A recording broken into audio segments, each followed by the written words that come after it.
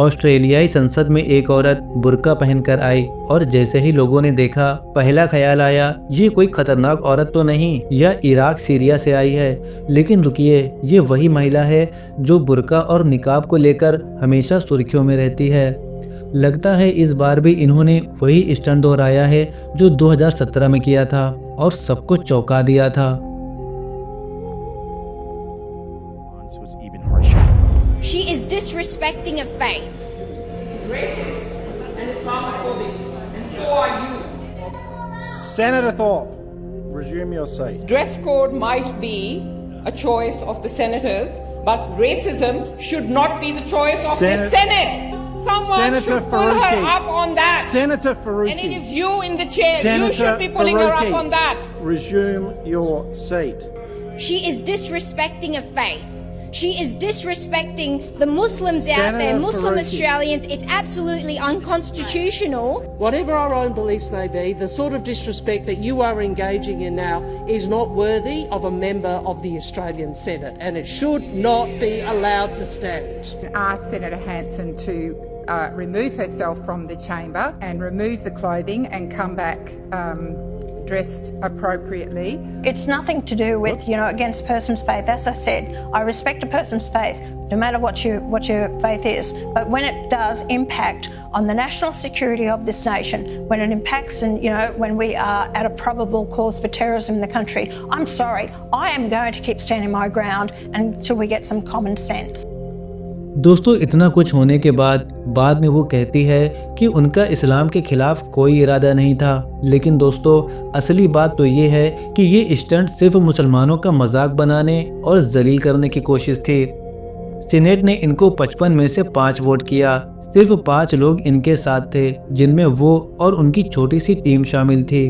Censure motion में लिखा गया, ये कदम धर्म का मजाक बनाने के लिए था। ऑस्ट्रेलियाई मुसलमानों की इज्जत को चोट पहुंचाई गई, संसद की इज्जत को नज़रअंदाज किया गया। इस वजह से इन्हें 7 दिन के लिए चैम्बर से बाहर किया जाता है।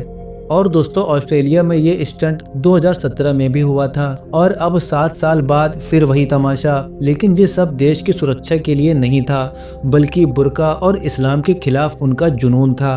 उनकी नज़र में सबसे बड़ा खतरा एक कपड़ा जो औरतें रोज़मर्रा की ज़िंदगी में पहनती हैं, और उनका कहना है कि बुर्का दबाव डालता है, रोकता है। दोस्तों, क्या मदद यही है कि आप उनके कपड़े का मजाक बनाएं, संसद में स्टंट करें और उनकी इज्जत को चोट पहुंचाएं?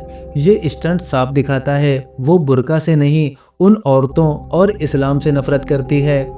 अगर उनका कहना है कि ये सब महिलाओं के हक के लिए है, तो गाजा की औरतों और बच्चों का क्या, जहाँ सैनिटरी पैड नहीं, बेबी फार्मूला नहीं और माएँ परेशान हैं, वहाँ उन्हें कोई परवाह नहीं।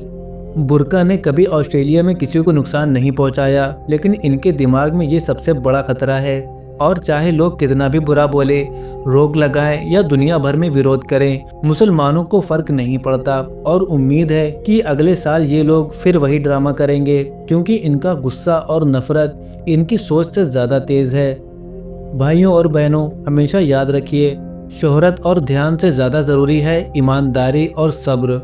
अल्लाह हमारे मुस्लिम भाइयों और बहनों को इस्लामोफोबिक सोच और नफरत से बचाए, आमीन। दोस्तों, जाते जाते हम आपको एक ऐसी ही लड़की के बारे में बताएंगे जो अरब कंट्री गई थी अपने दोस्त से मिलने। लेकिन जब उसने वहां लोगों को एक मस्जिद में नमाज पढ़ते हुए देखा तो उससे रहा नहीं गया और वो उन नमाजियों के सामने जाकर खड़ी हो गई, जबकि उसने नीम बरहना लिबास पहना था। और फिर उस लड़की ने वहाँ के नमाजियों के जहन को भटकाने की भी कोशिश की। इतना कुछ करने के बाद वहाँ पर क्या होता है और वहाँ के इमाम साहब ने उस लड़की के साथ क्या किया, ये सब जानने के लिए आप यहाँ पर क्लिक करके इस वीडियो को ज़रूर देखिए, क्योंकि ये वीडियो ऐसी है जिसे देखकर आप मुतमईन हो जाओगे और सुभान अल्लाह ज़रूर कहोगे। वीडियो को लाइक करें, शेयर करें और चैनल को सब्सक्राइब करें।